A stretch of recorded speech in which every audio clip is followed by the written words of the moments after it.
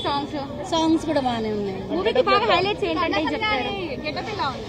బాగుందరా, కమల్ హాసన్ గారు గెటప్ చాలా బాగుంది. దీంట్లో చాలా బాగా చేశారు. అది సెకండ్ హాఫ్ లో వీల్ మీద వెళ్తారు కదా, అది అయితే చాలా నచ్చింది అందరికి. మూవీకి హైలైట్స్ ఏంటి మ్యామ్? నాకైతే అదే నచ్చింది ఎక్కువ. సెకండ్ హాఫ్ అంతా నచ్చింది. వీల్ మీద వెళ్ళేటప్పుడు అది అంతా చాలా యాక్టింగ్ ఎలా ఉంది? బాగా చేశారండి సిద్ధార్థ్. డైలాగ్ డెలివరీస్ అన్ని బాగున్నాయా? బాగుంది. ఉందిలేండి, ఎందుకంటే మరి ఇంకా కన్క్లూడ్ అవ్వలేదు కదా. ఇంకా 4.5. దరిద్రంగా ల్యాగ్ అసలు ఎంత వరస్ట్గా ఉందంటే నా జీవితంలో ఇలాంటి వరస్ట్ సినిమా నేను చూడలేదు. ఎందుకంటే ఏంటి లంచం తీసుకోవద్దా? లంచం తీసుకోకుండా నీతి నిజాయితీగా బతకాల?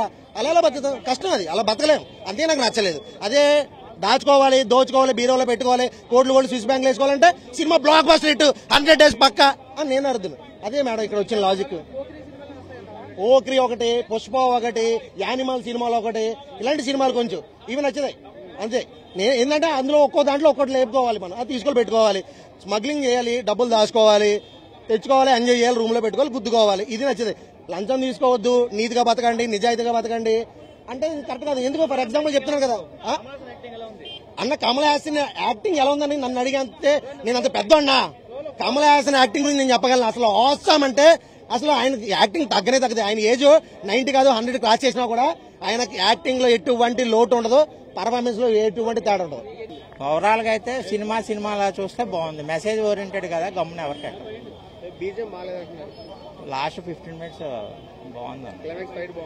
ఫైట్ ఏం లేదన్న, చేజింగ్ సీన్స్, చేజింగ్ కూడా బాగా తీశారు.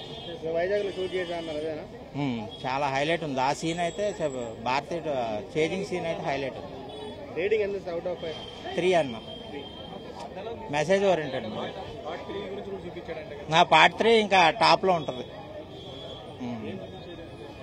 అది first Kamal Haasan first starting నుంచి చూపిస్తాడు.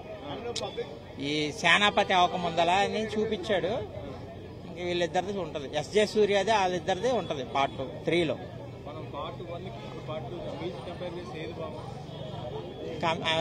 అప్పుడు 10 years బ్యాక్ కాబట్టి అదే చాలా బాగుంది. ఇప్పుడు అప్డేట్ చేయలేదు సినిమా, మామూలుగా తీశాడు, దానివల్ల కొంచెం ఎక్కదు.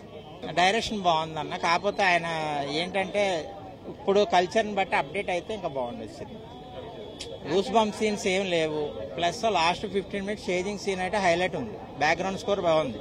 సినిమా మిగతాదంతా ఇంకా నార్మల్ తీరు. మెసేజ్ ఓరియంటెడ్ కాబట్టి కొంచెం గమ్మున ఎక్కదు ఎవరికి. పార్ట్ 3 అయితే బేబచ్చంగా ఎక్స్పెక్ట్ చేయొచ్చు. ఇప్పుడు కలికి పార్ట్ 2 ఎలా ఎక్స్పెక్ట్ చేస్తున్నామో దీనికి అలా ఎక్స్పెక్ట్